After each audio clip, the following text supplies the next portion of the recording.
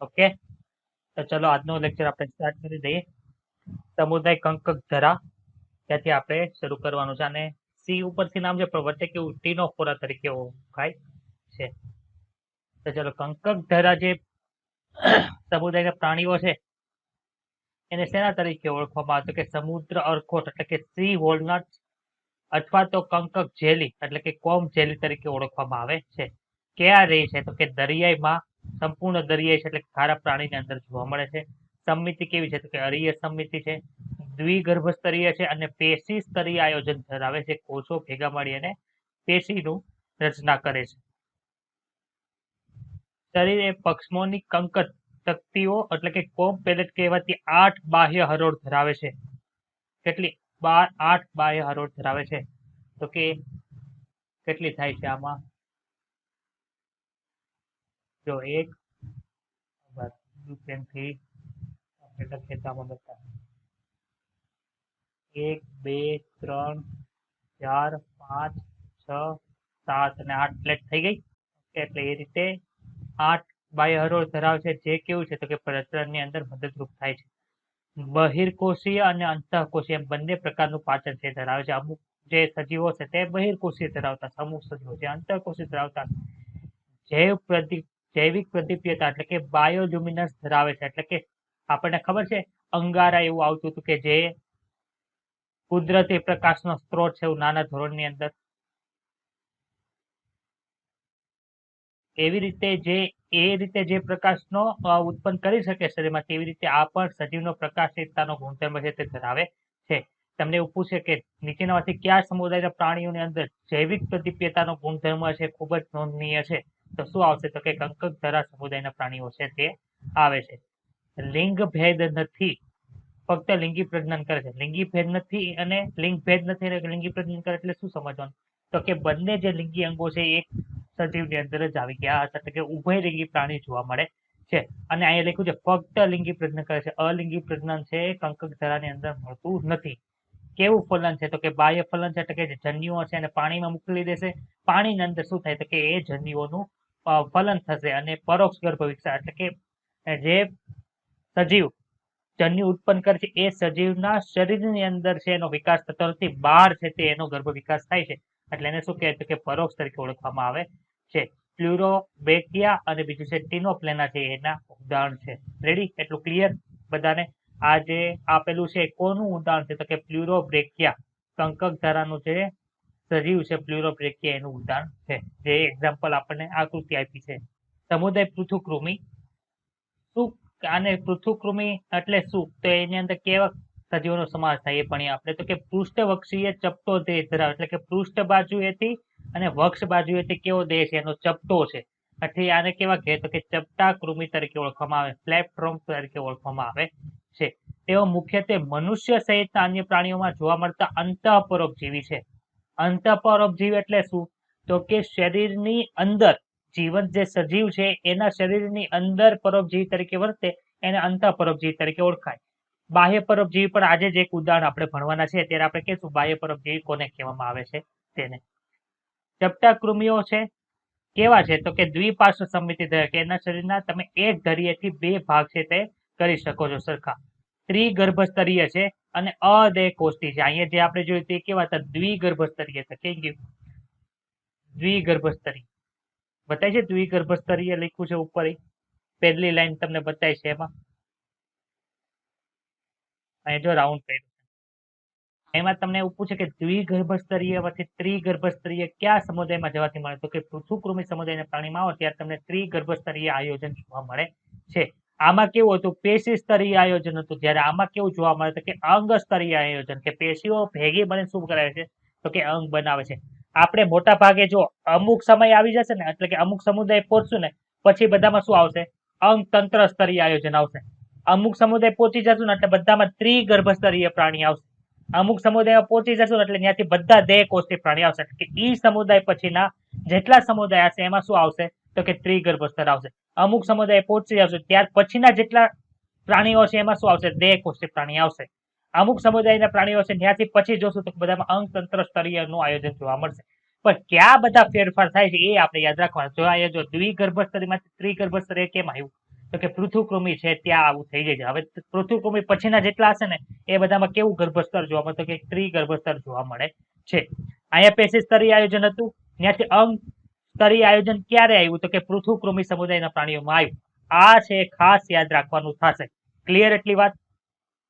આવું કેવી રીતે પૂછે, તો કે અહીંયા જોડકા આપ્યા હોય તો કે સચિત્ર સમુદાય હોય, પછી તો કે કંકક ધરા લઈ લ્યો, કોષ્ઠાંતરી લઈ લ્યો, પછી તો કે પૃથુકૃમિ લઈ લ્યો, પછી અહીંયા આડાવડું લખ્યું હોય તો કે પેશી સ્તરીય, કોષ સ્તરીય, અંગ સ્તરીય, રેડી? આવી રીતના હોય તો જોડકા જોડો એવી રીતે તમને પૂછ્યા કે જો આટલું બધું ક્લિયર હોય બધાને, તેમાં કોઈ પણ જાતનો છે તે વાંધો આવે નહીં. એટલું ક્લિયર?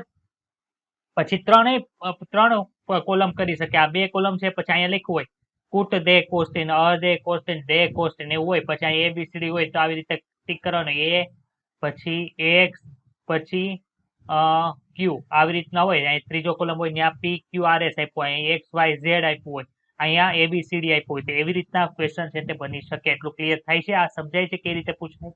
આમાંથી તમે જોજો જોડકા વાળા જ પ્રશ્ન છે. આપણે ગઈકાલે પ્રીવિયસ ક્વેશ્ચન જોયા તેમાં મોટા ભાગના કેવા હતા કે જોડકા વાળા જ પ્રશ્ન પૂછે તમને, એટલે એ ખાસ ધ્યાન રાખો. અંગ સ્તરીય આયોજન ધરાવતા પ્રાણીઓ છે, તેમના પરભજીવી છે તે શું ધરાવે, તો કે અંકુશો ધરાવે છે અને ચૂસકો ધરાવે છે. એટલે કે શું? અંકુશો એટલે હૂક. જો ઇંગ્લિશ વર્ડ લખો હૂક.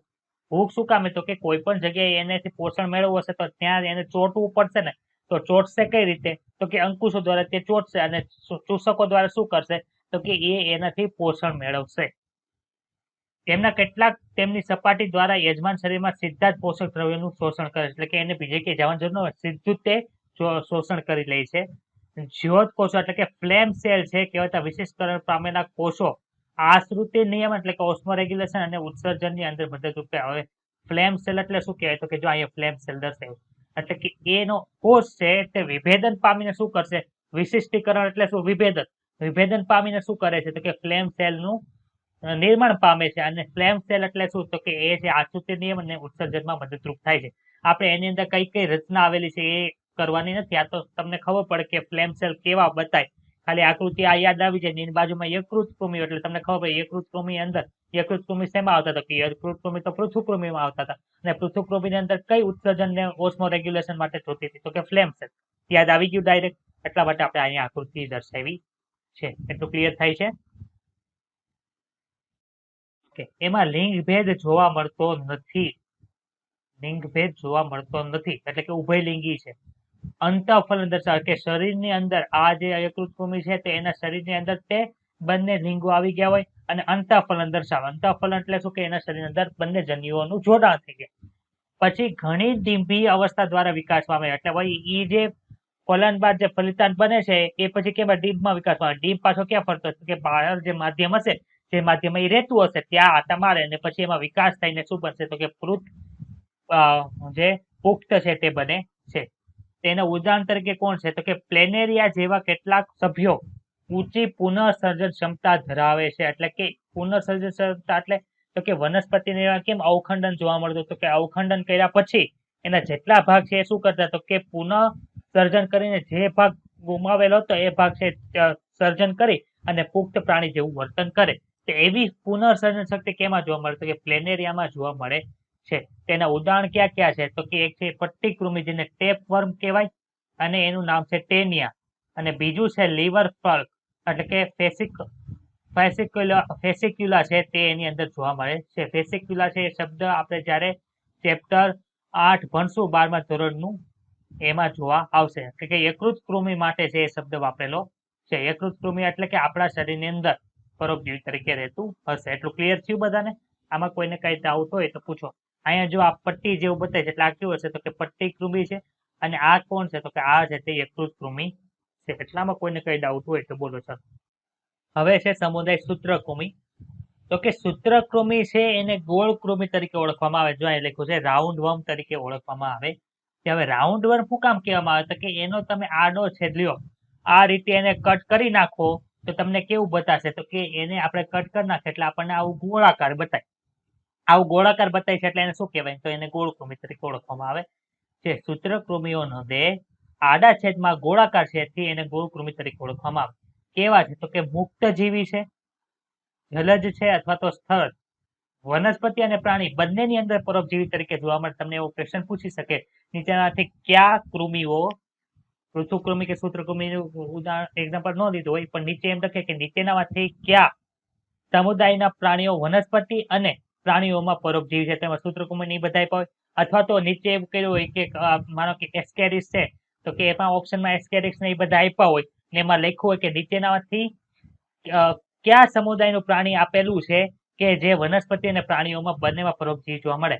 તો આપણને સમુદાયનું નામ નથી આપ્યું, સમુદાયની અંદર જે સજીવ આપ્યો છે એનું નામ આપ્યું છે કે એસ્કેરિસ છે.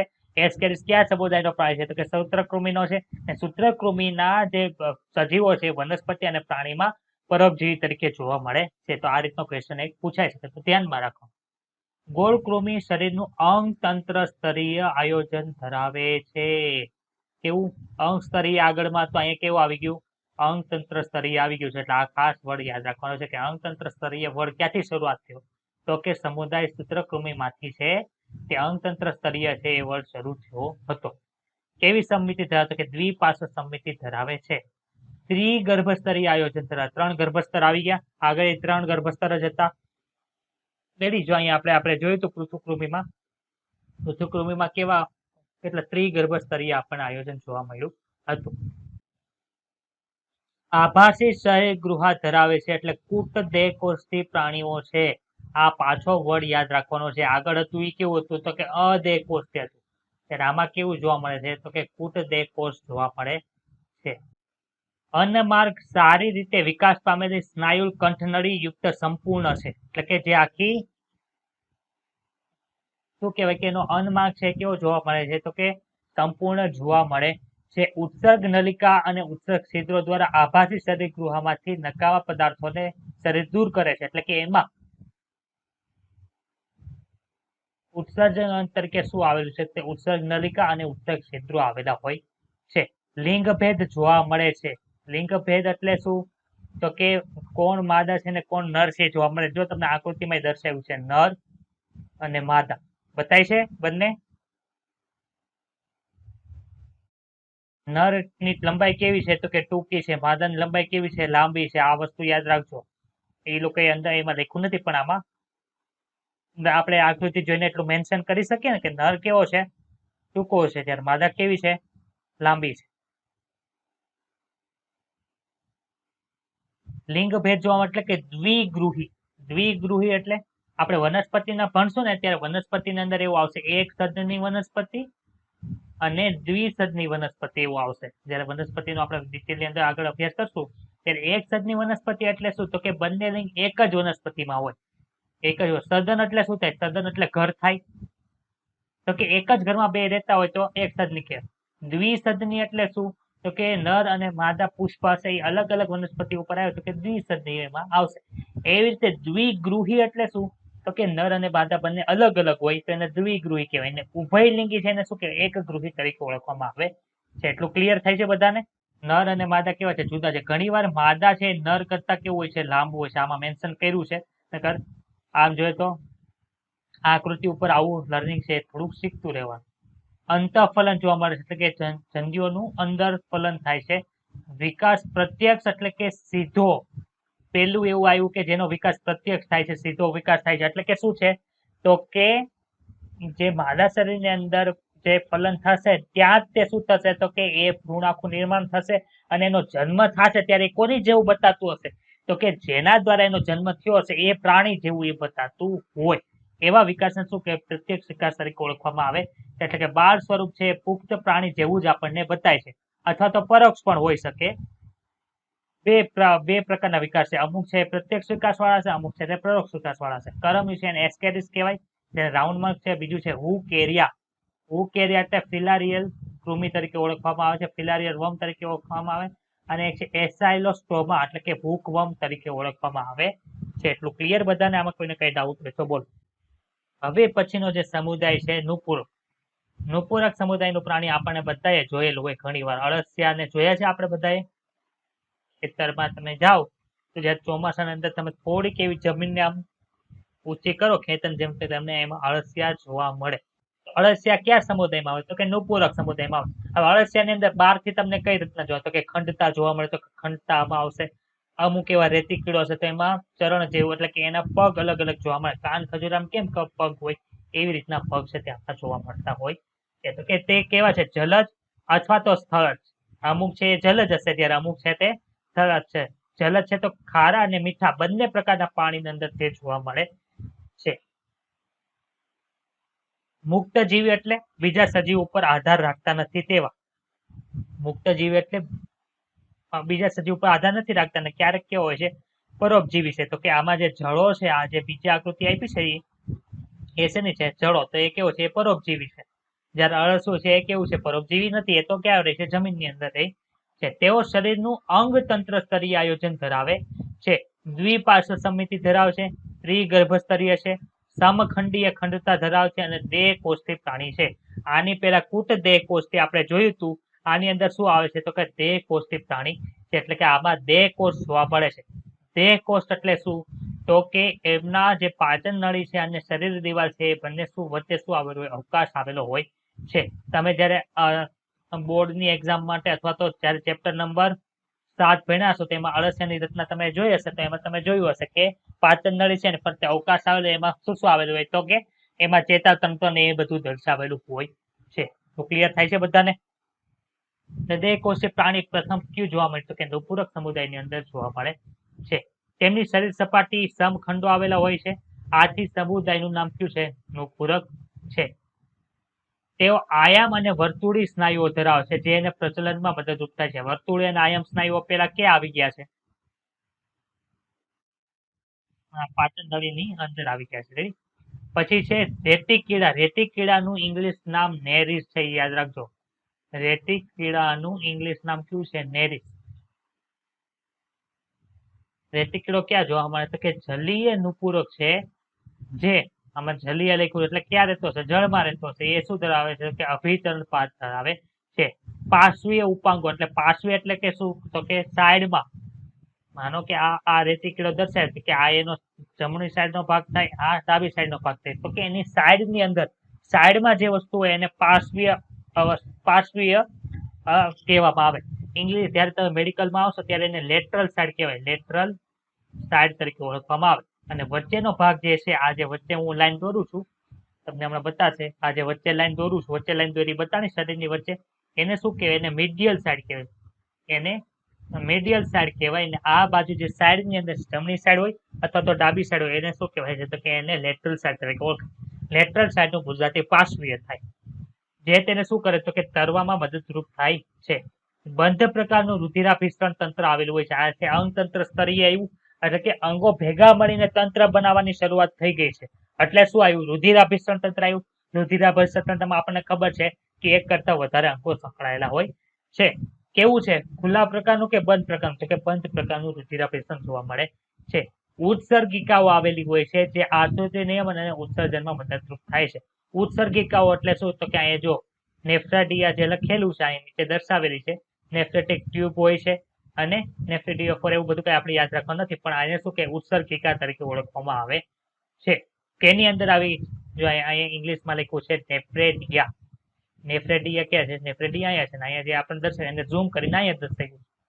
તો આપણે એ કઈ ડિટેલ ની અંદર જવાનું નથી. આપણે ખાલી યાદ રાખવાનું કે નુપુરક ની અંદર શું આવે? ઉત્સર્ગિકાઓ આસુતિ નિયમન અને ઉત્સર્જન માટે આવેલી હોય. ચેતાતંત્ર એક જોડ ચેતાકંદોનું બનેલું હોય છે. ચેતાકંદો એટલે શું? આપણે ભણી ગયા છીએ ચેતાકંદ, ચેપ્ટર નંબર 21. હા, જે કોષકાય બધી એક કરતા વધારે ચેતાકોષોની કોષકાય ભેગા મળીને જે રચના બનાવે એને શું કહેવાય? ચેતાકંદ તરીકે ઓળખાય. જેને ઇંગ્લિશમાં ગેંગ્લિયોન તરીકે ઓળખવામાં આવે છે. હું જયારે હતો BHMS માં, ત્યારે ફર્સ્ટ યરમાં હતો, ત્યારે એમાં ગેંગ્લિયોન શબ્દ આવે, પણ અમને ત્યારે ખબર જ નહોતી કે આ ગેંગ્લિયોન એટલે શું. ત્યારે અમને મેડમને પૂછ્યું ત્યારે એમ કીધું કે આ જે બધી સેલ બોડી હોય ન્યુરોન્સ ની, એ ભેગા થઈને જે બનાવે એને શું કહેવાય છે? ગેંગ્લિયોન. ને ગેંગ્લિયોન નું ગુજરાતીમાં શું કહેવાય? ચેતાકંદો તરીકે ઓળખવામાં આવે છે. ફર્સ્ટ યર ની અંદર ગેંગ્લિયોન શબ્દ આવે એટલે ત્યારે મને યાદ કરવાનો કે સરે શું કીધું હતું કે ગેંગ્લિયોન એટલે શું? તો કે સેલ બોડી ભેગી થઈ, ન્યુરોન ની સેલ બોડી ભેગી થઈને જે રચના બનાવે એને શું કહેતો કે ચેતાકંદો તરીકે ઓળખવામાં આવે છે. પાર્શ્વીય ચેતા દ્વારા બેવડા વક્ષ ચેતા રજ્જુ સાથે જોડાયેલું હોય. એટલે કે કઈ રીતનું હોય તો કે આ અળસિયાનું બોડી છે, માનો કે આ રીતનું હોય. હવે અહીંથી પાચન નળી એની શરૂ થતી હોય તો અહીંયા ઉપર આવી રીતે આવેલું હોય ને, ત્યાંથી પછી આ રીતે એનું ચેતાતંત્ર આખું છે તે ડેવલપ થયેલું હોય છે. પણ એ આપણે તમે ભણી ગયા છો આવું?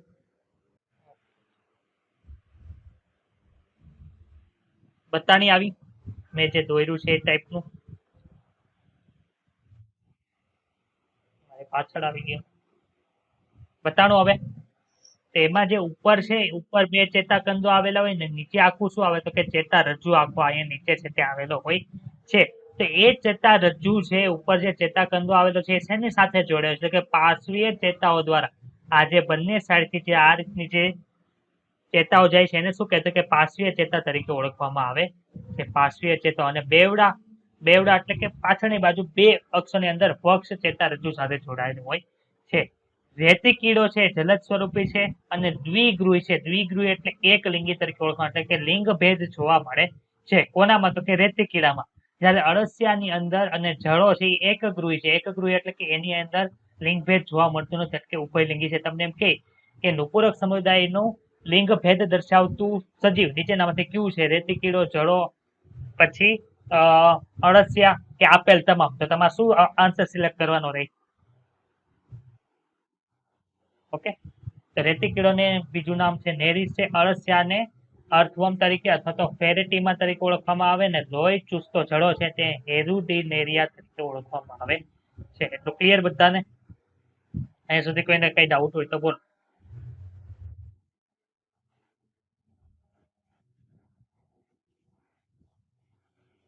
કઈ આ પાર્શ્વીય ચેતા વાળી? હા, એટલે એમાં શું હોય કે જો વક્ષ બાજુ એટલે કે જે છાતીનો ભાગ હોય ને, આનો છાતીનો ભાગ કઈ રીતે થાય? જો બેવડા એટલે કે બે લાઈન ની અંદર ડિસ્ટ્રીબ્યુટ થયેલું હોય. અહીંયા બે લાઈન બતાવી છે તને, હું આ રાઉન્ડ કરું છું એ આ બેવડું થઈ ગયું. વક્ષ બાજુ એટલે કે શું તો કે આપણો જે છાતીનો સાઈડ નો હોય એ તો વક્ષ કહેવાય. એ પાછું આમાં અળસિયાની અંદર કઈ સાઈડ હોય તો કે જમીન સાથે ટચ થયેલો હોય, એટલે કે એની આગળની બાજુ એ હોય. ક્લિયર? ચાલો હવે નેક્સ્ટ છે સંધિપાત સમુદાય એટ્રોપોડા. પ્રાણી સમુદાયમાં એટલે કે પ્રાણી સૃષ્ટિની અંદર સૌથી મોટો સમુદાય કયો છે તો કે સંધિપાત છે. જેમાં કોનો સમાવેશ થાય તો કે કીટકોનો સમાવેશ થાય છે. પૃથ્વી ઉપર જેટલા સજીવોનું જે પ્રાણી સૃષ્ટિ અંદર નામકરણ થયું છે એ બધી જાતિઓ પૈકી 2/3 ભાગ છે એના કરતા પણ વધારે કોનું નામકરણ થયેલું છે કે સંધિપાત સમુદાયનું થયેલું છે. આના ઉપરથી તમે અંદાજ કાઢી શકો કે 2/3 ભાગમાં કોણ આવી ગયું? સંધિપાત આવી ગયું. 1/3 ની અંદર કોણ આવે છે તો કે બાકી બધા જેટલા સમુદાય રહ્યા ને એ બધાના પ્રાણીઓ 1/3 ભાગની અંદર આવી જાય છે. એટલી વાત ક્લિયર થાય છે? તેઓ અંગતંત્ર સ્તરીય આયોજન ધરાવે છે. દ્વિપાર્શ્વ સંમતિ ત્રિગર્ભ સ્તરીય ખંડયુક્ત હોય છે. દેહકોષધારી પ્રાણીઓ છે. આ તો આપણે રિવિઝન કરીને થાકી ગયા છે. આ શું કહેવા માંગે છે? તમારે યાદ રાખવું પડે કે સંધિપાત સમુદાય છે એની અંદર કઈ સમિતિ આવે, કયું ગર્ભસ્તર આવે, ખંડયુક્ત છે અને દેહકોષ આવેલો હોય છે.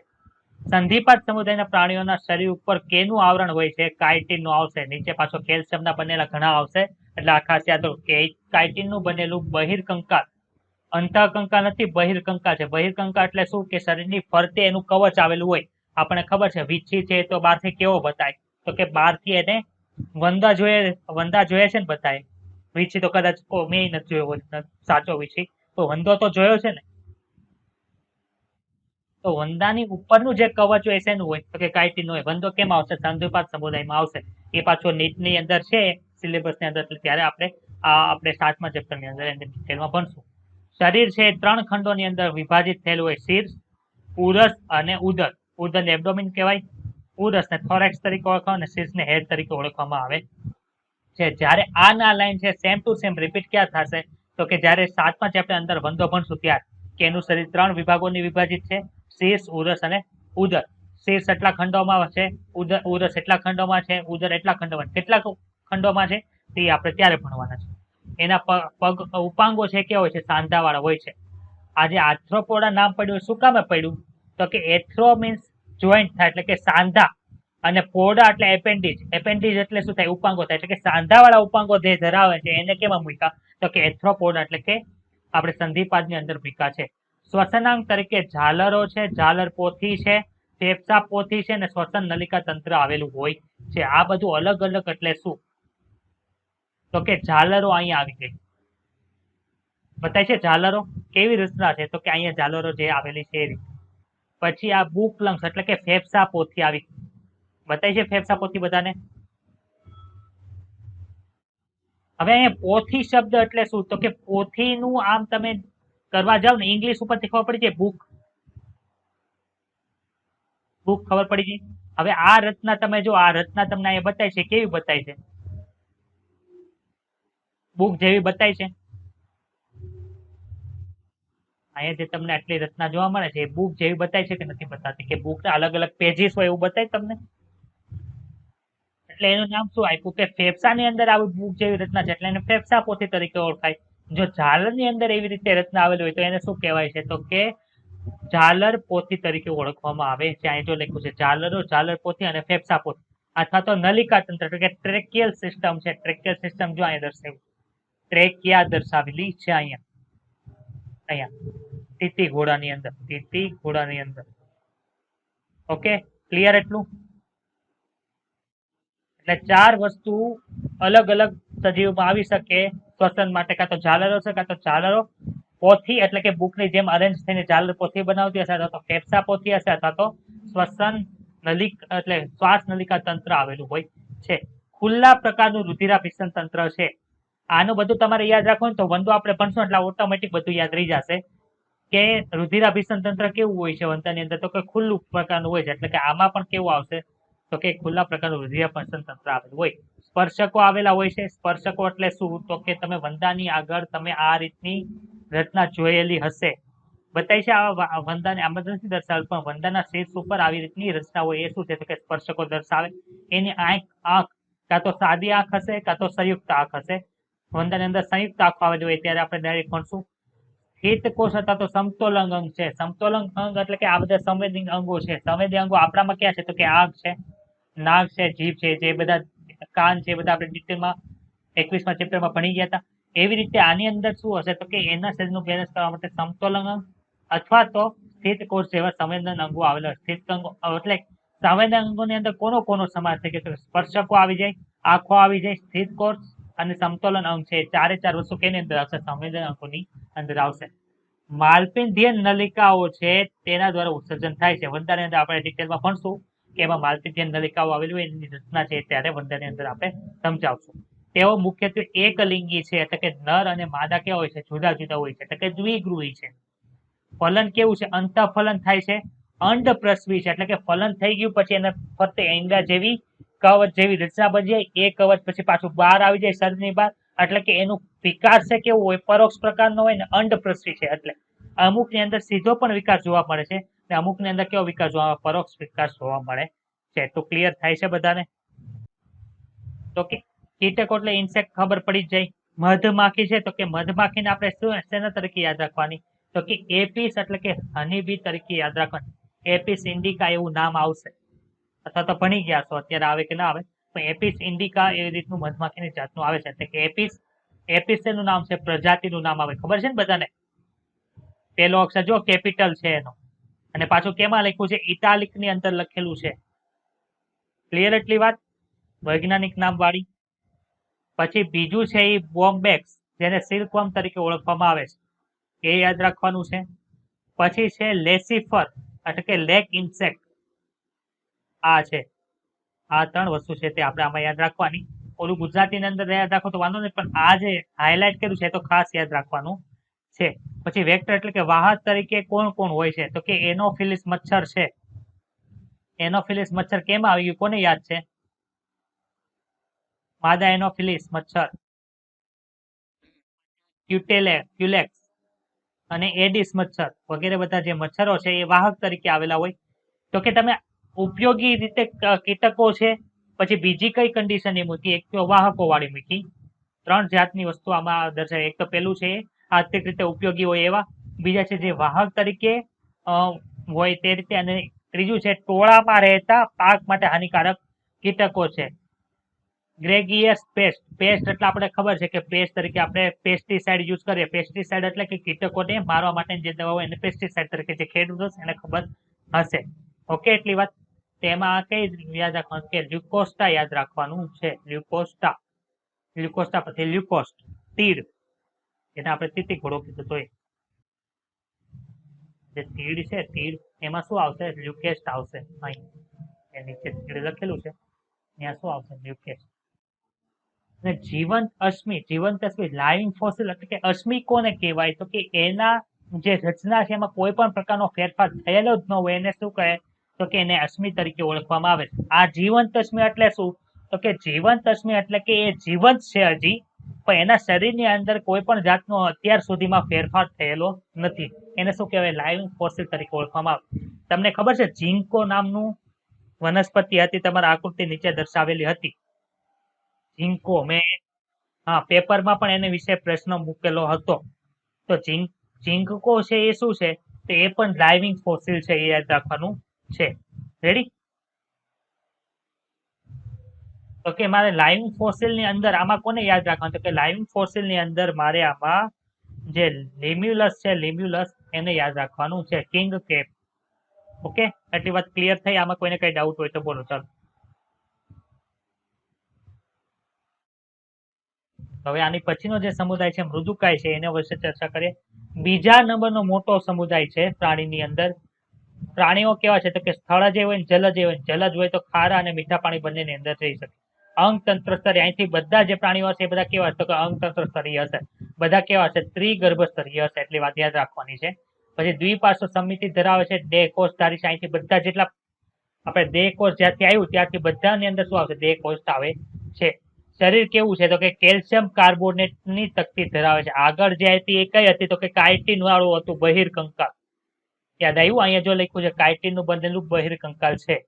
જયારે નીચેના બધાની અંદર શું આવે છે? તો કે અહીંયા આવેલું છે કેલ્શિયમ કાર્બોનેટ. કેલ્શિયમ કાર્બોનેટ ના કવચથી આવૃત હોય છે. ખંડવિહીન હોય છે, એમાં ખંડો આવેલા હોતા નથી. શીર્ષ શીર્ષ જોવા મળે. સ્નાયુ પગ. તમને અહીંયા જે આ પગ જોવા મળે છે એ બધા કેવા છે? કે સ્નાયુ પગ છે. અને અંતરક કંદુક. અંતરક કંદુક અથવા તો ખૂન અથવા તો વિસ્તલ હમ્પ છે. વિસ્તલ હમ્પ મારે કોને કેવું? તો કે તમને જે આ રચના જોવા મળે છે આ રચના કઈ તરીકે ઓળખાય છે? તો કે વિસ્તલ હમ્પ તરીકે ઓળખવામાં આવે છે. એટલી વાત ક્લિયર થઈ બધાને? ઓકે. ત્વચાનું કોમળ અને વાદળી સદસ. વાદળી સદસ એટલે કે સ્પોન્જ જેવું બતાતું હોય એવું આવરણ છે તે અતરંગ કંદુકની ફરતે પ્રાવરણ બનાવે છે, એટલે કે પ્રાવર આવરણ બનાવે છે. આમાં જો મેન્ટલ લખ્યું છે, મેન્ટલ લખેલું બતાય. મેન્ટલ એટલે શું? કે પ્રાવર આવરણ તરીકે ઓળખવામાં આવે છે. પ્રાવર આવરણ એટલી રચના, એટલી વસ્તુ ખબર પડી? કંદુક અને પ્રાવર આવરણ અથવા તો પ્રાવરણ વચ્ચેનો જે અવકાશ એને શું કહેવાય? પ્રાવર ગૃહ તરીકે ઓળખવામાં આવે. પ્રાવર ગૃહને મેન્ટલ કેવિટી તરીકે ઇંગ્લિશની અંદર જાણીતું છે. જેમાં શું આવેલું? કે એમાં શ્વસન અંગ આવેલું હોય, ઉત્સર્જન અંગ જેવા કાર્યો ધરાવતી પીછા જેવી ઝાલરો પણ આવેલી હોય છે. પણ આપણે અહીંયા જુઓ, અહીંયા શું છે? તો કે આખું હમ્પ છે જેને આપણે કુંદ તરીકે કીધું. આ જો મેન્ટલ એટલે શું? કે આમાં આપણને ગ્રીનિશ કલર નું બતાવે છે, ગ્રીનિશ કલર નું, લીલા કલર, લીલાશ પડતા કલર જેવું. તો લીલાશ કરતો જે આ જે હું રેડ કલર થી જેની ફરતે વાર કરું છું પછી પૂછી નાખીશ. આ લીલાશ કરતા કલર નું જે તમને આવરણ બતાવે છે એ કયું છે? એ પ્રાવરણ છે. પ્રાવરણ અથવા તો પ્રાવર આવરણ છે. એ અને જે આ વચ્ચે આ જે આખું હમ્પ બતાય છે, ખૂંદ બતાય છે, એમની વચ્ચે જે રચના જોવા મળે છે એ કઈ છે? તો કે એની અંદર જે કઈ બધી રચના જોવા મળે છે એમાં ઉત્સર્જન, તો કે ઉત્સર્જન માટેનું આવી ગયું. ડાયજેસ્ટિવ ગ્લેન્ડ આવી ગઈ. ડાયજેસ્ટિવ ગ્લેન્ડ એટલે કે પાચન અંગો આવી ગયા. આ ઇન્ટેસ્ટાઇન એટલે કે આંતરડું આવી ગયું. પછી ગોનાડ્સ એટલે કે લિંગ. આપણામાં જેમ શુક્રપિંડ અંડપિંડ હોય એમાં આના ગોનાડ્સ આવેલા હશે. પછી પીછા જેવી રચના, તો આ પીછા જેવી રચના બતાવી તમને રાઉન્ડ કરી એમ બતાવી. ઓકે, તો એ બધું ક્લિયર થયું છે. ઉપર જે લખી છે એ બધી લાઈન. તો કે ખૂંદ અને પ્રાવરણ વચ્ચેનો અવકાશ છે અને પ્રાવર ગુહા કીધી. પ્રાવર ગુહાની અંદર શું જોવા મળે? કે ઉત્સર્જન, શ્વસન, પછી આપણે આમાં પાચન માર્ગે ઉમેરી શકીએ એ બધી રચનાઓ આવેલી હોય છે. અગ્રભાગે શીર્ષ, તો આમાં જો ફૂટ પણ આ જે ફૂટ બતાવી એ પણ શું છે તો કે એ સ્નાયુલ પગ છે, સ્નાયુલ પગ. આ શું છે? સ્નાયુલ પગ છે. શીર્ષ પ્રદેશ છે એ આગળના ભાગે આવેલો હોય, એમાં શું આવેલું હોય? સંવેદી સૂત્રાંગો આવેલા હશે. મુખ કરવત જેવું અંગ ધરાવે છે જે કાપવામાં સહાય કરે છે, અને રેત્રિકા અથવા તો રેડ્યુલા તરીકે ઓળખવામાં આવે છે. દ્વિગૃહી એટલે શું? તો કે આપણે અહીંયા લિંગ જોઈતું ને, ગોનાડ જો લખેલું છે, ગોનાડ. ગોનાડ એટલે લિંગ જોવા મળે, એક જ લિંગ હશે એક પ્રાણી અંદર, એટલે કે લિંગ ભેદ એમાં જોવા મળે છે. પરોક્ષ વિકાસ ધરાવે છે, એટલે કે અને અનપ્રસવી પ્રાણી છે, કે ઈંડા જેવું મૂકશે એટલે શું કરશે? અનપ્રસવી પ્રાણી છે અને પરોક્ષ વિકાસ ધરાવે છે. તો કે આની અંદર છે કોનો કોનો સમાવેશ થાય છે? તો કે આની અંદર જો આકૃતિની અંદર પાયલા દર્શાવ્યું છે ને ઓક્ટોપસ દર્શાવેલું છે, તો એની અંદર કોનો કોનો સમાવેશ થાય છે? તો કે પાયલાનો સમાવેશ થાય છે. પાયલાને શું કહેવાય છે? તો કે એપલ સ્નેલ તરીકે ઓળખવામાં આવે. એટલી વાત ક્લિયર થઈ? હા, એપલ સ્નેલ છે એ વૈજ્ઞાનિક નામ છે કે સાદું નામ હશે?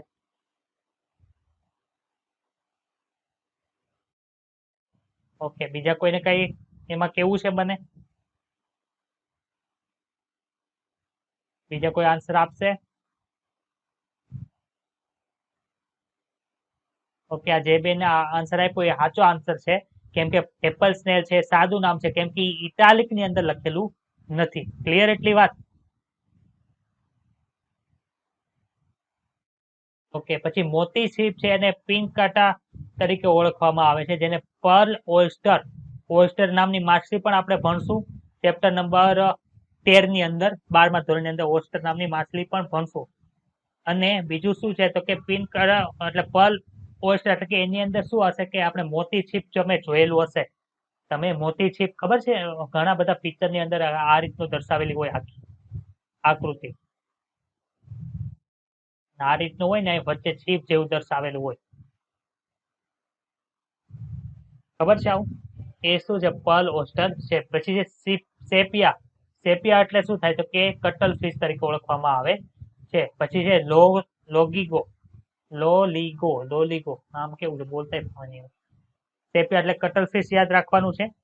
પછી લોલીગો છે જેને સ્ક્વિડ તરીકે ઓળખવામાં આવે છે, સ્ક્વિડ તરીકે એ યાદ રાખવાનું છે. ઓક્ટોપસ, ઓક્ટોપસ એટલે ડેવિલ ફિશ, નામ યાદ રાખજો. ડેવિલ ફિશ છે નીચેના કોરાની અંદર સમાવેશ થાય, એમાં લખવું હોય કે મૃદુકાય છે, કાસ્તી મત્સ્ય છે, અસ્થિ મત્સ્ય છે, એટલે કે આપણે ડેવિલ ફિશ આવ્યું ને, ફિશ આવ્યું એટલે મત્સ્યમાં જ હોય.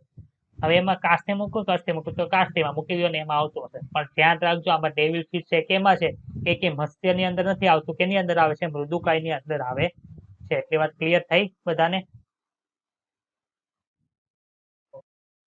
પછીનો જે ઉદાહરણ છે કે છે એપ્લાસિયા, એ પણ આખું યાદ રાખવાનું છે. સી હેર તરીકે ઓળખવામાં આવે. દંત કવચ એટલે કે ડેન્ટાલિયમ ટસ્ક સેલ તરીકે ઓળખાય છે. અને અષ્ટકવચ એટલે કે સેટોપ્લ્યુરા, એ આપણે યાદ રાખવાનું છે. એટલું ક્લિયર? કઈ ડાઉટ હોય મૃદુકાય ની અંદર તો બોલ.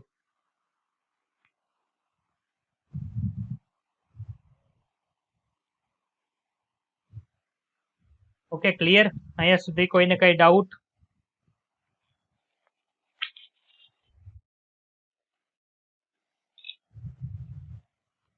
ઓકે, બધા છે જ ને, કોઈ ભાગે નથી ગયો ને?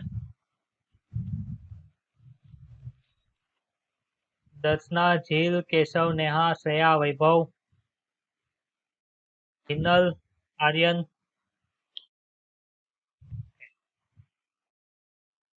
ચાલો. પછીનો જે છે તે કયો છે કે સુડતોચી સમુદાય છે. તો સુડતોચી સમુદાયની અંદર છે કોનો કોનો સમાવેશ થાય, કેવા પ્રાણીઓનો સમાવેશ થાય? તો કે એમાં પણ કેલ્શિયમ કાર્બોનેટની તકતીઓ આવેલી હોય છે બહારની સાઈડ. આથી તેનું નામ શું છે તો કે સુડતોચી નામ પાડ્યું છે. કેવું કંકાલ, બહિર્કંકાલ કે અંતઃકંકાલ? તો કે અંતઃકંકાલ ધરાવે છે. એ ખાસ યાદ રાખવાનું છે. તમને એવી લાઈન આપી દેશે, કેલ્શિયમ કાર્બોનેટ ની તકતીઓ ધરાવતું બાહ્ય કંકાલ છે તે સુડતોચી ની અંદર આવેલું છે. આપેલ વિધાન જણાવો સાચું છે ખોટું. એવું લખીને કે નીચેનામાંથી કયા વિધાનો સાચા છે? પછી 5-6 વાક્ય આપેલા હોય ને એમાં પછી લખ્યું હોય T F T T F, F T F T F, આવું આવે છે ને, એ રીતનું હોઈ શકે. એટલે આવી રીતે આવા ખાસ ધ્યાન રાખવાના. બધા જ પ્રાણીઓ કેવા છે? દરિયાઈ છે, કે મીઠા પાણીનું પ્રાણી નથી. અંગતંત્ર સ્તરીય આયોજન છે, પુખ્ત સ્થૂળ ત્વચીઓમાં આમાં એક યાદ રાખવાનું અરીય સમિતિ જોવા મળે છે. ડીંભ છે તે કેવો છે? તો કે ડીંભ છે તે દ્વિપાર્શ્વ છે. ડીંભ એટલે શું હશે? તો કે આ પ્રાણીની અંદર જે વિકાસ થતો હશે કેવો હશે? તો કે પરોક્ષ પ્રકારનો વિકાસ થશે. ડીંભ છે તે કેવું છે? દ્વિપાર્શ્વ સમિતિ ધરાવે છે. જ્યારે પુખ્ત પ્રાણી છે કેવું સમિતિ ધરાવે છે? અરીય સમિતિ. એટલે ડીંભ છે એ કેવું હોય? તો કે પુખ્ત પ્રાણી જેવું બતાતું નથી, અલગ દર્શાવે. આપણે જે ઓલી કાલે વાક્ય હતું ને સછિદ્રમાં, કે જે ડીંભ જન્મ લે છે, જે બહાર આવેલું હોય છે, એ પુખ્ત પ્રાણી થી બાહ્યકાર રીતે દેખાવમાં કેવું હોય છે? અલગ હોય છે. લાઈન સમજાણી આવે? ત્રિગર્ભ સ્તરીય છે, દેહકોષધારી પ્રાણીઓ છે. નીચેની એટલે કે નીચેની બાજુએ વક્ષ બાજુએ શું હશે? તો કે મુખ આવેલું હશે ને ઉપરની પૃષ્ઠભાગે મળદ્વાર યુક્ત પાચન તંત્ર આવેલું છે. જલવાહક તંત્ર એક આખી જે વોટર વેસ્ક્યુલર સિસ્ટમ છે સુળત્વચની, એટલે કે આને તમે આજે તમને તારા માછલી છે એ તમે ઊંધી કરો એટલે ડાયરેક્ટ એની અંદર તમને છે એની આખી જે વોટર વાસ્ક્યુલર સિસ્ટમ છે તમને જોવા મળી શકે. એટલે કે જલવાહક તંત્રનું વિશિષ્ટ લક્ષણ છે. જે શું ક્યાં ક્યાં કાર્યો કરે છે? કે પ્રચલન કરવામાં મદદરૂપ થાય, ખોરાક પકડવાની અંદર મદદરૂપ થાય અને તેના વહન કરાવવાની અંદર છે તે મદદરૂપ થશે. સાથે સાથે શ્વસનની અંદર પણ મદદરૂપ થાય. શ્વસનની અંદર કેમ? તો કે આ જે વોટર વાસ્ક્યુલર સિસ્ટમ છે એમાંથી પાણી બધું પ્રસાર થતું હોય તેમાંથી ઓક્સિજન છે લઈ લેશે, CO2 છે એની અંદર દે છે. ઉત્સર્જન તંત્રનો અભાવ છે. શું કામ ઉત્સર્જન તંત્રનો અભાવ છે? તો કે એમાં વોટર સિસ્ટમ આવેલી છે, એની અંદર બધું શું કરી નાખશે? તો કે એની અંદર તે ઉત્સર્જન તંત્ર તરીકે કાર્ય પણ કરી શકે. લિંગભેદ ધરાવે છે, એટલે કે નર અને માદા કેવી છે? અલગ અલગ હશે. લિંગી પ્રજનન જોવા મળે છે. કઈ રીતે કરે છે? તો કે બંનેની અંદર ફલન કેવું છે? તો કે બાહ્ય ફલન છે. એટલે કે બંને છે જન્યુ પાણીની અંદર મૂકી દેશે, એ જન્યુઓ ભેગા થઈને બાહ્ય રીતે તે ફલન થશે અને મુક્ત રીતે તરત ડીંભ સહિત વિકાસ પામે છે. વિકાસ કેવો છે? બહારની સાઈડ થાય, વિકાસ પરોક્ષ છે. ઉદાહરણ તરીકે કોણ કોણ આવે છે? તો કે ઉદાહરણ તરીકે એસ્ટેરિસ આવશે, ઇસ્ટિનસ આવશે, પછી એન્ટેડન આવશે, કુકુમેરિયા આવશે અને ઓફિયુરા આવશે. તો આપણે કેનું કોનું યાદ રાખવાનું છે? બધું યાદ રાખવાનું? તો કે હા, બધા યાદ રાખવાના છે. તો શું યાદ રાખશું આપણે?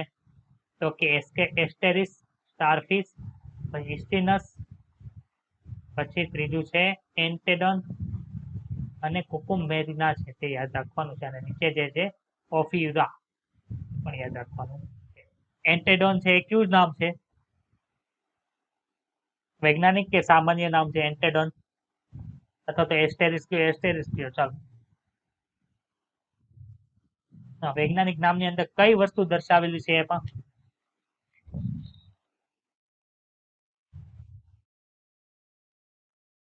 હા, એટલે એમને કઈ જાતિ પ્રજાતિ? ચલો, પછીની વસ્તુ આમાં કોઈ ડાઉટ છે? અહીંયા જે ઉદાહરણ આપ્યા છે ક્યાં ક્યાં? તો કે તારામાં છે અને બરડ તારા છે. આમાં જે હા,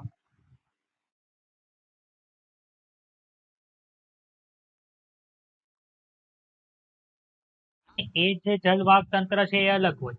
એમાં તો કોષીય આયોજન હતું ને, એમાં ક્યાં આપણને ઓલું જોવા મળતું હતું? આમાં તો અંગતંત્ર સ્તરીય આયોજન છે ને. જો આખું અંગતંત્ર બની ગયું. ઓલામાં એ ખાલી લખ્યું છે પણ એમાં શું છે? તો એ ખાલી કેવી રચના છે જો એમાં લખેલું છે અંગતંત્ર, ઓલું આવેલું હોય ક્યાં ગયું? અહીંયા લખેલું છે કઈ ગયું? કે છે ને નલિકા તંત્ર છે, વોટર ટ્રાન્સફર સિસ્ટમ અથવા તો કેનાલ સિસ્ટમ છે. રેડી? તો એ કઈ રીતે હોય? મેં સમજાવ્યું હતું કે આમાં ખાલી હોલ હોય, અહીંયા વચ્ચે કેનાલ જેવી આખી રચના આવેલી હોય. આમાં બધું પેસિવલી હાલતું હોય. પાણી અહીંથી પ્રવાહ હાલતો હશે ને તો પાણી અહીંથી આમ જશે, ત્યાંથી પાછું અહીં ઓસ્ટ્રિયાથી બહાર નીકળી જાય, આયર્સમાંથી બહાર વયું છે. ક્લિયર એટલી વાત? એટલે કે આમાં બધું પેસિવલી થતું હોય ને આમાં ખાલી બધું કાર્ય થાય છે, પણ એ તો એમાંથી આવતા હોય તો આમાં દરેક કોષ અલગ અલગ કામ કરતા હોય. દરેક કોષ અલગ અલગ કાર્ય કરે. ઓલામાં તો બધા કોષ હશે એનું સ્પેસિફિક કામ હશે. આમાં ક્લિયર ડાઉટ? ઓકે, ચાલો. હવે આપણે ભણવાનું છે સામી મેરુદંડી. એટલે કે હવે મેરુદંડીની નજીક આપણે આવીએ છીએ. એટલે કે મેરુદંડ જેવી રચના ધરાવતા જે સમુદાયમાં પ્રાણીઓ આવેલા હોય એને શું કે સામી મેરુદંડ તરીકે ઓળખવામાં આવે. મેરુદંડી સમુદાય પહેલા પહેલાના સમયમાં મેરુદંડી જે સમુદાયમાં ઉપસમુદાય તરીકે માનવામાં આવતો હતો. કોને? તો કે સામી મેરુદંડી. પરંતુ હાલમાં તેને અલગ સમુદાય તરીકે કરી દીધું. હવે તમને ખબર છે ને, આમાં બધા આપણે લખીએ છીએ લીલ, પછી દ્વિઅંગી, પછી ત્રિઅંગી. તો અહીંથી આમ જાય એ બધું કેવું આવે? એડવાન્સ લેવલનું આવે એવું કીધું હતું આપણે. શું કામ એડવાન્સ લેવલ? તો કે એમાં ઉત્ક્રાંતિ થતી જાય એવું કીધું હતું. તો આની અંદર આપણને શું જોવા મળે? તો કે મેરુદંડ જેવી રચના જોવા મળતું હોય એવી રચના આવે. તો કે જે લેટેસ્ટ ભાગ છે એ તરફ આપણે હવે આવતા જઈએ છીએ. પરંતુ હાલમાં તેને અલગ સમુદાય તરીકે અમેરુદંડીમાં મૂકેલો છે, કેમ કે એમાં પૂર્ણ પ્રકારનો મેરુદંડ આવેલો હોતો નથી. સામી મેરુદંડીમાં કઈ રચના આવેલી? તો કે એનું જે શરીર છે સૂંઠ, ગ્રીવા અને ધડ છે ધરાવતું હોય. બધું આપણે ડિટેલની અંદર આપ્યું એ જોઈએ. સામી મેરુદંડીમાં ગ્રીવા પ્રદેશ ક્યાં આવ્યો છે? તો કે આ જે ગ્રીવા પ્રદેશ છે તે એક એવી રચના ધરાવે છે, એટલે કે પ્રાથમિક પ્રકારની રચના ધરાવે છે, જેને સ્ટેમોકોડ તરીકે ઓળખવામાં આવે. સ્ટેમોકોડ એટલે શું? તો કે વળી શકે તેવી પોલી નળી. આપણી અંદર જે મેરુદંડ છે એ પણ કેવું છે? એ રીતની નળી છે, જે પેલા કાચની બનેલી હોય. જે પુખ્ત થાવ ત્યારે કેમ થાય કે અમુક પ્રાણી અંદર એ અસ્થિમય તરીકે, જે કરોડસ્તંભ જેવી આપણે રચના જોઈએ છે ને તે. જે મેરુદંડ જેવી રચના છે, આ સમુદાયમાં અંગતંત્ર સ્તરીય આયોજનયુક્ત કૃમિ જેવા દરિયાઈ પ્રાણીઓના નાના નાના જૂથો આવેલા હોય છે. દ્વિપાર્શ્વ સમમિતીય છે, ત્રિગર્ભસ્તરીય છે અને દેહકોષધારી પ્રાણીઓ છે.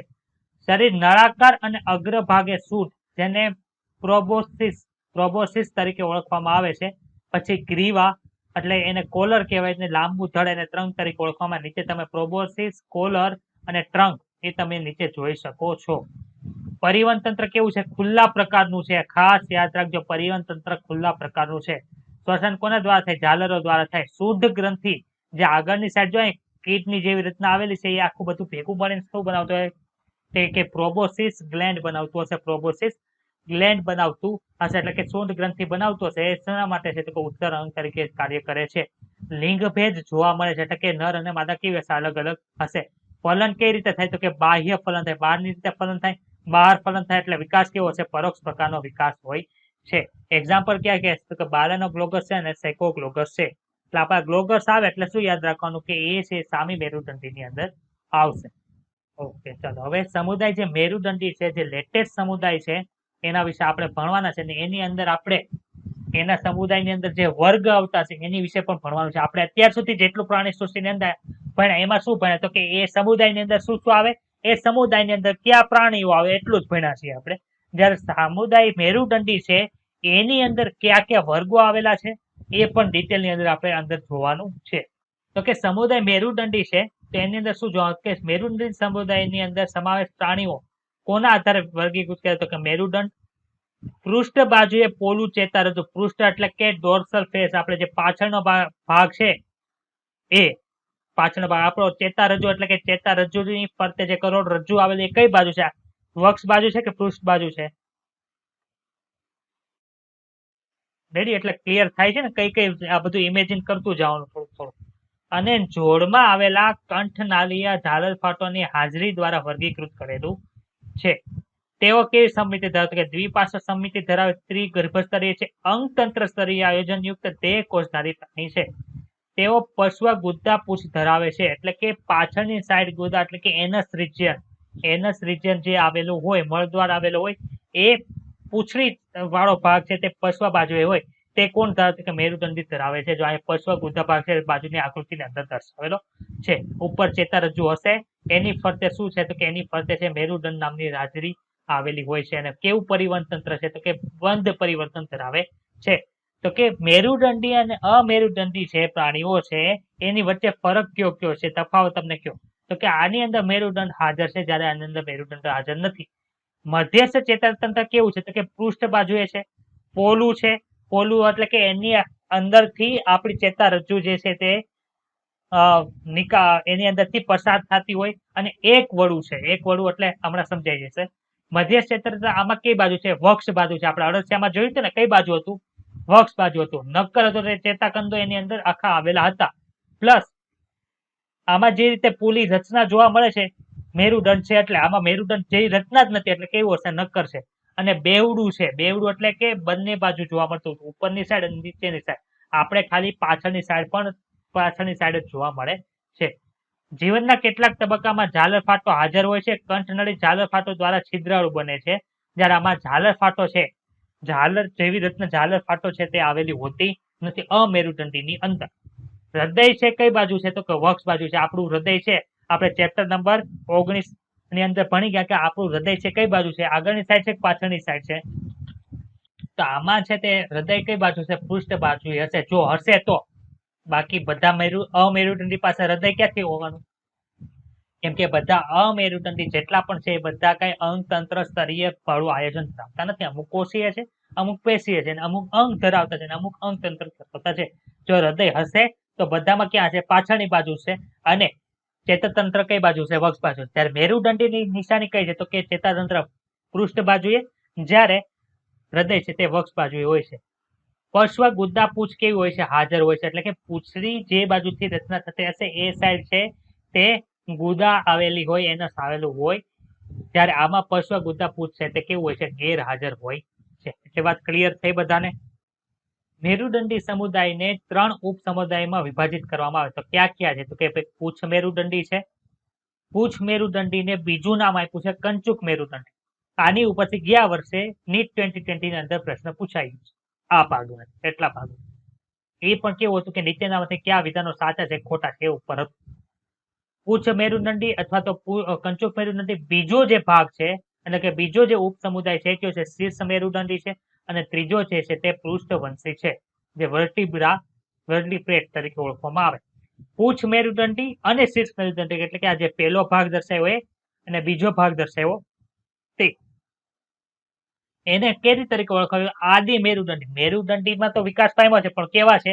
તો કે પહેલાના મેરુદંડી છે, એટલે કે એના આદિ મેરુદંડી તરીકે ઓળખાય છે. તેમજ તે કેવા છે? સંપૂર્ણ દરિયાઈ છે.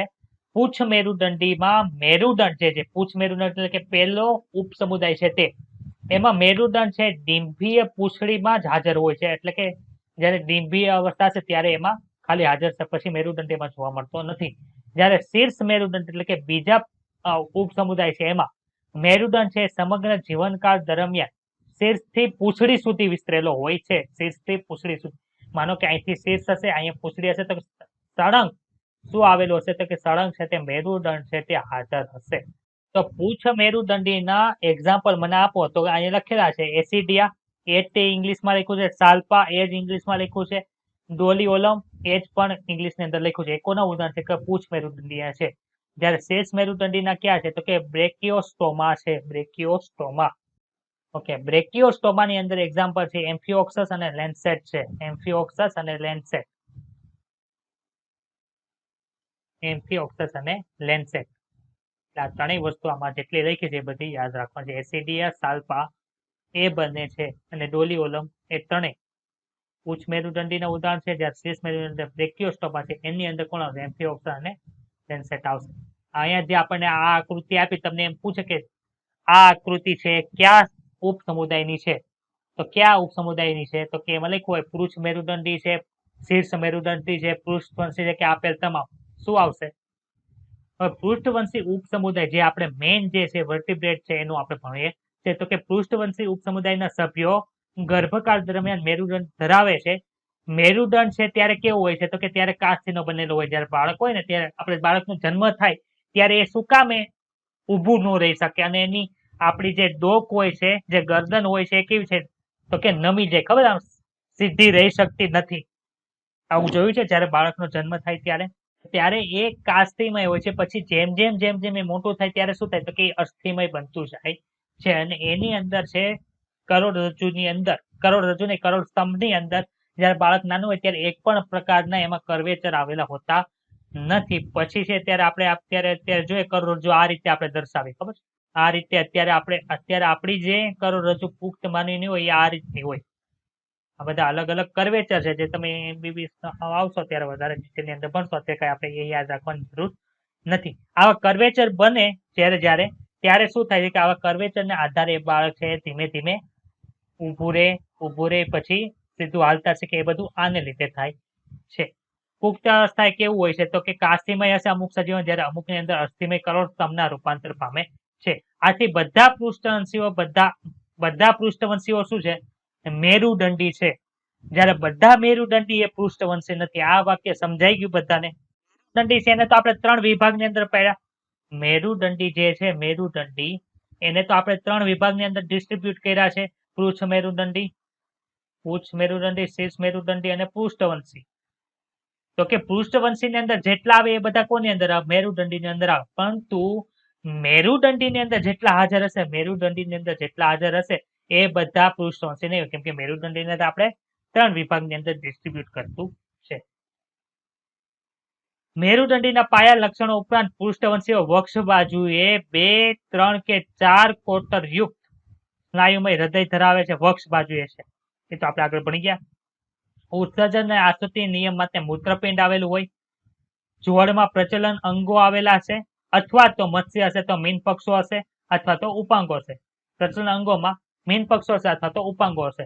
અને પૃષ્ઠવંશી ઉપસમુદાયને ફરીથી નીચે પ્રમાણે વિભાજિત કરવામાં આવે છે. પૃષ્ઠવંશી છે તો એમાં જડબું એટલે કે હનુ આવેલી છે કે નથી આવેલી? તો કે નહીં આવેલી હોય એને શેમાં વિભાજિત કરે? કયા વર્ગની અંદર મૂક્યા? તો કે ચૂસમુખાની અંદર મૂક્યા. જડબું ધરાવે છે તો જડબું ધરાવીને એને 2 વર્ગની અંદર વિભાજિત કર્યા, એટલે કે ઉપરી વર્ગની અંદર વિભાજિત. ક્યાં ક્યાં? તો કે મત્સ્ય અને ચતુષ્પાદ. ચતુષ્પાદ ની અંદર શું છે? તો કે એમાં ઉપાંગો ધરાવે છે. અને આમાં શું છે? ઉપાંગોની જગ્યાએ મીન પક્ષો આવેલા છે, જે પ્રજનન ની અંદર મદદરૂપ થાય છે. માછલીની અંદર આપણે આ રીતનું જોઈએ છે ને, આ રીતની રચના આવેલી હોય. ખબર છે? પાછળની બાજુ આને શું કહેવાય? મીન પક્ષો તરીકે ઓળખવામાં આવે. મીન પક્ષો તરીકે ઓળખવામાં આવે. તો મીન પક્ષો ધરાવશે એને શેમાં મૂક્યું? તો કે મત્સ્ય વર્ગમાં. મત્સ્યમાં કોણ કોણ આવે છે? મત્સ્ય ઉપરી વર્ગના. તો કે કાસ્થી મત્સ્ય વર્ગ આવશે ને અસ્થિ મત્સ્ય આવશે. જ્યારે ચતુષ્પાદ ધરાવે છે એટલે કે એની અંદર ઉપાંગો આવેલા છે, તો કે ઉપાંગો ધરાવતા પ્રાણીઓને કેની અંદર મૂક્યા? કયા વર્ગની અંદર? તો કે ઉભયજીવી, સરીસૃપ, તિહક અને સસ્તનની અંદર વિભાજિત કરેલા છે. તો વર્ગ ચૂસમુખાની અંદર કોણ કોણ આવે? તો કે ચૂસમુખા વર્ગમાં બધા જીવંત સભ્યો કેટલીક માછલીઓ પર બાહ્ય પરોપજીવી હોય છે. મેં કીધું હતું ને અંતઃ પરોપજીવી જોયું હતું, ત્યાર પછી આપણે કીધું કે આપણે બાહ્ય પરોપજીવી વર્ડ આવશે. આયો બાહ્ય પરોપજીવી. અંતઃ પરોપજીવી કોને કહેતા હતા? કે જે સજીવની અંદર જઈને નિવાસ કરે એને શું કહેતા હતા? તો કે એને અંતઃ પરોપજીવી કહેતા. આ છે શું કરશે? તો કે માછલી જે હશે, માનો કે આ માછલી છે તો એને અહીંયા ફરતે ફરતા અહીંયા હશે, એટલે કે શરીરની અંદર પરોપજીવી તરીકે નથી રહેતું, બહારની બાજુએ પરોપજીવી તરીકે રહી છે. બીજું શું જોવા કે શ્વસન માટે ઝાલર ફાટો જોવા મળશે. કેટલી ઝાલર ફાટો? કે 6 થી 15 જોડ. અહીંયા કેટલી જોવા મળે? તો કે 1, 2, 3, 4, 5, 6 અને 7, સાદું 14, એટલે કે 7 જોડ ઝાલર ફાટો કોની અંદર જોવા મળી? તો કે લેમ્પ્રીની અંદર જોવા મળી છે. આવો ક્વેશ્ચન કદાચ પૂછી શકે, કેમ કે ટેક્સ્ટ બુકમાં આપ્યું છે. રેડી? 6 થી 15 જોડ ઝાલર ફાટો આવે. જોડ શું કામ લખ્યું? તો કે 7 અહીંયા છે, 7 ઓલી બાજુ હશે. એટલે ચૂસમુખા છે કેવા છે? જડબા વગરના છે, એટલે કે હનુવિહીન છે. ચૂસક પ્રકારનું જડબા વિહીન ગોળાકાર મુખ ધરાવે છે. તેઓના શરીર ઉપર કોઈ પણ જાતના ભીંગડા આવેલા હોતા નથી. અહીંયા ભીંગડા બતાય તમને ક્યાંય? એનું શરીર કેવું છે? આ એકદમ લીસું પ્રકારનું હોય છે. યુગ્મ મીન પક્ષો ધરાવે છે. યુગ્મ મીન પક્ષો ધરાવતા નથી, એટલે કે આમાં તમને મીન પક્ષ બતાય છે, થોડીક મીન પક્ષ એવી રચના છે, પરંતુ એની જોડ આવેલી છે, જોડ જેવું આવેલું હોતું નથી, એટલે કે યુગ્મ મીન પક્ષ ધરાવતા નથી. ખોપરી અને કરોડ સ્તંભ જે બને છે એ કેવો છે? અસ્થિમય નથી, કાસ્થિમય છે. કાસ્થિનો બનેલો હોય છે. બંધ પ્રકારનું પરિવહન તંત્ર ધરાવે છે. ખાસ યાદ રાખવાનું, બંધ પરિવહન ધરાવે છે. ચૂસમુખા એ દરિયાઈ છે, પરંતુ અંડજનન. અંડજનન એટલે શું છે? કે જળચર પ્રાણીઓના ઈંડા મૂકવાની ક્રિયા. અંડજનન એટલે કે ઈંડા મૂકવાની જે ક્રિયા છે એ કઈ જગ્યાએ કરે છે? તો કે મીઠા પાણીની અંદર કરે. એટલે શું કરે? પ્રજનન કર્યું. પ્રજનન કર્યા પછી ક્યાં હશે? પ્રજનન ક્યાં કર્યું? દરિયાઈ પ્રાણી કર્યું. હવે ઈંડા મૂકવા ક્યાં આવશે? તો કે મીઠા પાણીની અંદર આવે છે.